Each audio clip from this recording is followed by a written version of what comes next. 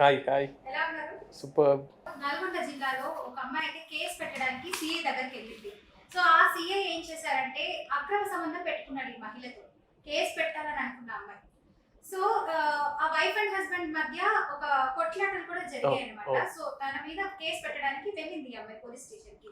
But ఇక్కడ ఏం జరిగిందంటే ఎవరైతే సీఏ ఉన్నారో ఆమె చాలా అందంగా ఉంటుంది. సో ఇది దాని వల్ల అనుకుంటా అక్రమ సంబంధం అయితే పెట్టుకున్నారు. సో ఇందులో ఎవరిది తప్పు? అసలు నిజంగానే సీఐ అఫైర్ పెట్టుకుని ఆమె చంపించేశాడంటారా, లేకపోతే హస్బెండ్ ఏమైనా చంపాడా? దానికి మీ స్పందన ఏంటి? అయితే దీనికంటే ముందు వాళ్ళెవరు, ఆ మహిళ ఎవరు, ఎందుకు సిఐని కలిసింది అనే దాని గురించి ఒకసారి మాట్లాడుతున్నాం. నల్గొండ జిల్లాలో ప్రశాంత్, శిల్ప అనే వీళ్ళిద్దరు ఒక 15 ఏళ్ల క్రితం ప్రేమ పెళ్లి చేసుకున్నారు. ప్రేమ పెళ్లి ఇంటర్ క్యాస్ట్, వీళ్ళ కులాలు వేరు అయినా ప్రేమ పెళ్లి చేసుకున్నారు. ప్రేమ పెళ్లి చేసుకొని 15 సంవత్సరాల వరకు ఒక పాపకి ఒక బాబు ఉన్నాడు. వాళ్ళు ప్రస్తుతానికి 15 సంవత్సరాలు 14 సంవత్సరాలు అట్లుంటారు. అయితే ఇక ఇప్పుడు ఇంటింటికి మట్టిపోయాయి. కాపురంలో సహజంగా గొడవలు వస్తాయి కదా, చిన్న చిన్న గొడవలు భార్య భర్తలకి. అట్లా గొడవ వస్తే ఆ భర్త మీద కంప్లైంట్ చేయడానికి నల్గొండ 2 టౌన్ పోలీస్ స్టేషన్ కి అమ్మాయి వెళ్ళింది. వెళ్ళింది కంప్లైంట్ చేయడానికి, భర్త మీద కంప్లైంట్ చేయడానికి. నన్ను హరాస్ చేస్తున్నాడు, ఇట్లా ఇబ్బంది పెడతాం, ఏదో వాళ్ళ ఘర్షణ, వాళ్ళ ఇబ్బంది ఏదో చేయడానికి ఈ అమ్మాయి పోలీస్ స్టేషన్కి వెళ్ళింది. ఈ అమ్మాయి కొంచెం బాగుంటది, అందంగా ఉంటది. అయితే అంటే మనకు వచ్చిన వార్తలను బట్టి ఈ అమ్మాయి మీద సిఐ కన్ను పడ్డది. సిఐ కన్ను పడి ఈ అమ్మాయినితో ఎఫ్ఐఆర్ పెట్టుకోవాలని చెప్పేసి సిఐతో సరేనమ్మా నీ బాధ తీరుస్తా, నీ ప్రాబ్లమ్ సాల్వ్ చేస్తా అని చెప్పేసి మాట్లాడి భరోసా ఇచ్చి అమ్మాయికి దగ్గర అయ్యాడు. అమ్మాయికి దగ్గర అయ్యి ఇప్పుడు ఈమె కేసు పెట్టింది కదా వాళ్ళ భర్త మీద, ఎస్సీ ఎస్టీ అట్రాక్ట్ కేసు పెట్టి ఆయన జైలుకి పంపించి ఇక ఈ అమ్మాయితో దగ్గర అయ్యిండు. అటు వాళ్ళిద్దరిని విడదీసిండ్రు ఈ పోలీసే. ఒక సమస్య వచ్చింది, విడదీసా కంప్లీట్ గా. ఇప్పుడు కేసు పెట్టి జైలు వేసిన తర్వాత ఇంకేముంటది, ఈ అమ్మాయి ఒకతే ఉంటది కదా. సో ఈ అమ్మాయితో ఒకతున్నప్పుడు ఈమె మంచిగా చదువు వెళ్ళడం, మాట్లాడడం, ఇదంతా కథ అంతా నడుస్తూనే ఉంది.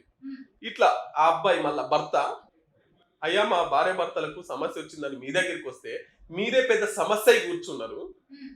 సమస్య సాల్వ్ చేయడానికి పోలీస్ స్టేషన్లు ఉన్నాయి, సమస్యను సృష్టించడానికి కాదు. సమస్యను పరిష్కరించడానికి చట్టాలు, పోలీసులు ఉన్నారు, కానీ సమస్యను క్రియేట్ చేయడానికి కాదని చెప్పేసి బాధితుడు ఎవరైతే ఈ శిల్ప భర్త ఉన్నాడో ఇగో చూడండి అని చెప్పేసి వాట్సాప్ చాట్ మొత్తం తీసుకొచ్చి, ఇది గత 5 నెలల కింద సిఐ మా భార్యతోని ఎఫ్ఐఆర్ పెట్టుకున్నాడు, ఇవి సాక్ష్యం వాట్సాప్ చాట్ అని చెప్పేసి ఎస్పీకి ఫిర్యాదు చేసాడు. ఎస్పీకి అవన్నీ తీసుకెళ్ళి, అవును సిఐ ఎఫ్ఐఆర్ పెట్టుకుంటున్నట్టు ఈయన దగ్గర వాట్సాప్ చాట్ ఉంది కదా ఇతని దగ్గర. సో అది ఎస్పీకి కంప్లైంట్ చేస్తే ఎస్పీ హైదరాబాద్, నల్గొండ నుంచి హైదరాబాద్ కు ట్రాన్స్ఫర్ చేసి అటాచ్ చేసాడు. ఇక దీని తర్వాత ఏమైందంటే ఇక మొత్తం అప్పటిదాకా నన్న పిల్లలతోనే ఉన్న శిల్ప ఈ హైదరాబాద్ అయితే ఎప్పుడైతే ఈ సిఐ మారిందో అప్పటి నుంచి పిల్లల దగ్గర లేదు. పిల్లల్ని కూడా పాపం 14 ఏళ్ళు ఉన్న పిల్లల్ని వదిలేసి, తల్లిని వదిలేసి, కట్టుకున్న భర్తను వదిలేసి ఈ సిఐ దగ్గరనే ఉంటుందంట. పిల్లలు ఉండి, భర్త ఉన్నాడు, తల్లి ఉన్నారు, వీళ్ళందరిని వదిలేసి సిఐతోని ఇల్లీగల్ ఎఫైర్ పెట్టుకొని సిఐతో కలిసి ఉంటుంది హైదరాబాద్.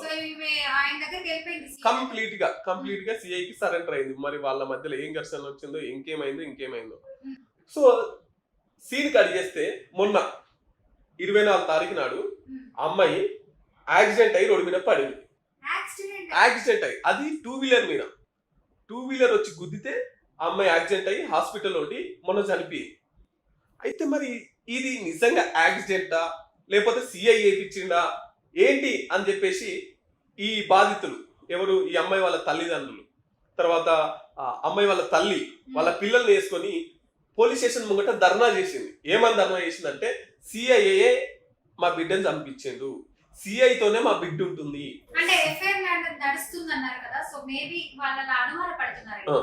సిఐఏ చంపించిందని చెప్పేసి బల్లగుద్ది చెప్తుంది వాళ్ళ తల్లి. సిఐతోనే ఉంటుంది, పిల్లలు వదిలేసింది, తల్లిని వదిలేసింది, మగుడిని వదిలేసింది, అందరిని వదిలేసి సిఐతోనే ఉంటుంది. సో సిఐఏ చంపించిండు అని చెప్పేసి వాళ్ళ తల్లి ఆడ పోలీస్ స్టేషన్ ముంగట కూర్చొని ధర్నా చేస్తుంది.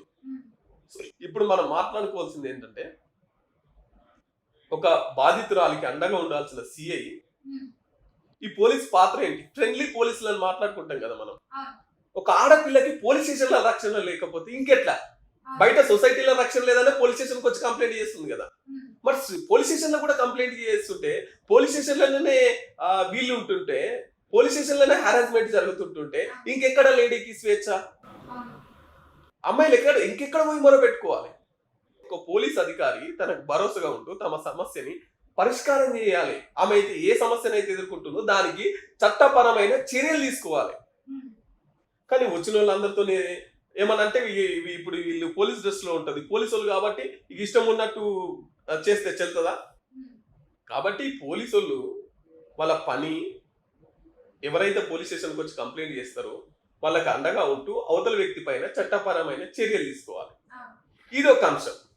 ఇంకొక అంశం, ఇప్పుడు ఈ చనిపోయిన వ్యక్తి గురించి మనం మాట్లాడుకోవద్దు, కానీ ఒక్కసారి మాట్లాడుకుందాం. ఇప్పుడు భర్త మీద కంప్లైంట్, ప్రేమించి పెళ్లి చేసుకున్న భర్త మీద కంప్లైంట్, సరే పోయినావు ఇచ్చినావు. మరి ఇంత యాంగిల్ జరుగుతుంటే దీంట్లో అమ్మాయి పాత్ర ఏముండదు అనుకుంటున్నారా? అమ్మాయి తల్లిదండ్రులను వదిలేసి పిల్లల్ని వదిలేసి భర్తను వదిలేసి ఏముంటది?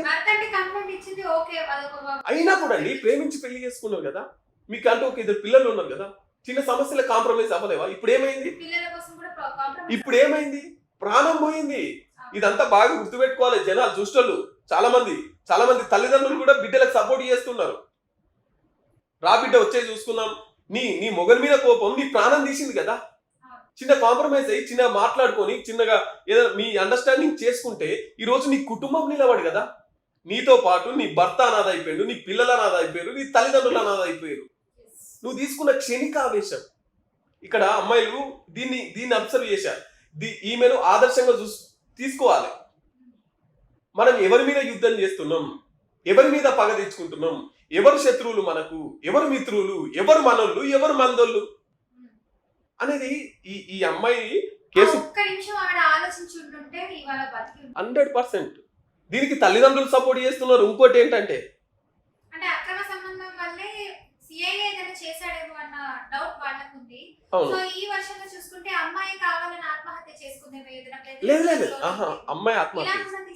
అమ్మాయి ఆత్మహత్య చేసుకోలేదు. 2 వీలర్స్ పైన గుద్దితే నెత్తి వలిగిందట. అరే 2 వీలర్స్ మీద గుద్దితే నెత్తి ఎట్లా వలుగుతుంది? ఇది ఎట్లా యాక్సిడెంట్ ఎట్లా అవుతుంది? సో కాబట్టి ఖచ్చితంగా సిఐఏ చంపించిండు. ఈ అక్రమ సంబంధాలు ఎట్లుంటాయంటే ఎవరైనా సరే ముందుగాల మంచిగా ప్రేమ చూపిస్తారు, అవసరం అయిపోయిన తర్వాత ఈడ్చి అవతలకు తంతారు. అక్రమ సంబంధాలు ఎన్ని రోజులకున్నా డేంజరే. ఇంకోటి ఇది బయటపడదన్నట్టు ఉంటది. దొంగతనం చేసిన అక్రమ సంబంధం పెట్టుకున్నా 100% ఎప్పుడో ఒకప్పుడు ఖచ్చితంగా బయటపడి తీరుతుంది. దీనివల్ల ఎవరు సుఖపడ్డరు? ఇటు నీ భర్త నష్టపోయిండు, నీ పిల్లలు నష్టపోయారు, నువ్వు కూడా ఆఖరికి నీ ప్రాణాలు పోగొట్టుకున్నావు కదా. అంటే నీకు ఇక్కడ నీ భర్త కంటే సిఐ ఎక్కువ అయిపోయిందా? మనం ఇట్లా మాట్లాడుకోవద్దు చనిపోయిన వ్యక్తి గురించి, కానీ అవతల మనం సభ్య సమాజానికి చెప్పాలి కదా, వాళ్ళు కూడా ఆలోచించాలి కదా. అంటే మరి ఇప్పుడు పోలీస్ స్టేషన్లో పోయి కంప్లైంట్ చేసుడే నేరమా, కంప్లైంట్ చేయొద్దా, మగోడు హింసిస్తే అట్లనే ఉండాలా అని మళ్ళీ రిటర్న్ క్వశ్చన్ వేసేటోళ్ళు కూడా ఉంటారు. కంప్లైంట్ చేయాలి, కానీ నీ బుద్ధి ఎక్కడ పోయింది? ఇంత జరుగుతుంది అన్నప్పుడు నువ్వు నిలబడాల్సింది భర్త పక్కన కదా. 5 నెలల కింద కూడా వాళ్ళ హస్బెండ్ చాటింగ్ మొత్తం చూపించినప్పుడు ఈ అమ్మాయి కూడా అబ్బాయి పక్కన వాళ్ళ భర్త పక్కన నిలబడి సిఐ మీద కొట్లాడితే ఇంత దారుణం జరగకపోవు కదా. అంటే నువ్వు శత్రు వైపు నిలబడ్డావు. ఆ శత్రువు ఎన్ని రోజులున్నా శత్రువే, నీకు నిన్నే కాటేస్తాడు, వేసిండు. కాబట్టి పెళ్ళైన ఆడపిల్లలు బాగా గుర్తు పెట్టుకోవాల్సింది ఏంటంటే మిత్ర వైరుధ్యాలని శత్రు వైరుధ్యాలుగా చూడకండి. మీ హస్బెండ్ నువ్వు కొట్టుకుంటే రేపు ఎల్లుండో అవతల ఎల్లుండో కలిసిపోతారు. ఇది ఈ కేసులో మనం ఉదాహరణగా తీసుకోవచ్చు. శత్రు వైరుధ్యాలు వేరు, మిత్ర వైరుధ్యాలు వేరు. నీ కుటుంబంలో సమస్య వచ్చినప్పుడు నీ కుటుంబంతో మాట్లాడుకో, నీ కుటుంబంలో సాల్వ్ చేసుకో. నువ్వు ప్రేమించి పెళ్లి చేసుకున్నావు, 2 పిల్లల్ని కన్నావు, ఏ నమ్మకంతో కన్నావు, ఏ నమ్మకంతో ఆయన పెళ్లి చేసుకున్నావు, ఏ నమ్మకంతో అతనితో ఇన్ని రోజులు కలిసి ఉన్నావు. ఇప్పుడు ఏమైంది అది? అంటే నువ్వు అవతల వ్యక్తికి సంధించినావు, అవతల వ్యక్తి చిన్న భిన్నం చేసేసాడు, నీ కుటుంబాన్ని మొత్తం ఆగమాగం చేసిండు. ఇక్కడ నీ బుద్ధి కూడా నువ్వు చక్కగా ఉంటే ఇదంతా ఎందుకు అవుతుంది? ఉంటది. భర్త అంటాడు అంటాడు కావచ్చు, కానీ భర్తను పనిష్మెంట్ చేసే బదులు నీకు నువ్వు పనిష్మెంట్ చేసుకున్నావు కదా ఇంకో తవ్వదొక్కి. సో నేను చెప్పేది ఏంటంటే ఆడపిల్లలకి మీరు శత్రువులు ఎవరు, మిత్రువులు ఎవరు, ఎవరి మీద పోరాటం చేయాలి, ఎవరి మీద యుద్ధం చేయాలి, మన సమస్య ఏంటి. ఇప్పుడు ఇక్కడ దెబ్బ తాకింది అనుకో, ఇక్కడనే మందు పెట్టాలి. నువ్వు ఇక్కడ మందు పెడితే ఈ దెబ్బ మానదు.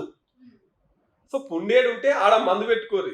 ఇంకోటి పోలీసు వాళ్ళకు, అయ్యా మిమ్మల్ని ప్రజలు ట్యాక్సీల రూపంలో జీతాలు ఇచ్చి మిమ్మల్ని సాత్తున్నారు.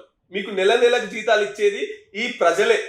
ఈ ప్రజలు ట్యాక్సీ కట్టే డబ్బులతోనే మీరు మీ కుటుంబం బతుకుతున్నది. కాబట్టి అటువంటి ప్రజలను రెస్పెక్ట్ చేయండి. ముఖ్యంగా ఆడపిల్లలకి వాళ్ళకు ఈ లోకంలో ఇంకెక్కడన్నా భరోసా, ఇంకెక్కడన్నా నమ్మకం ఉందంటే అది పోలీస్ స్టేషనే అనేలా సమాజంలో మార్పు తీసుకురండి. వేధింపులకు గురయ్యే మీ దగ్గరికి వస్తే మీరు ఇంకా అంతకంటే ఎక్కువ వేధిస్తుంటే ఇక ఈ సమాజంలో వాళ్ళు ఎక్కడ పోయి చెప్పుకోవాలి.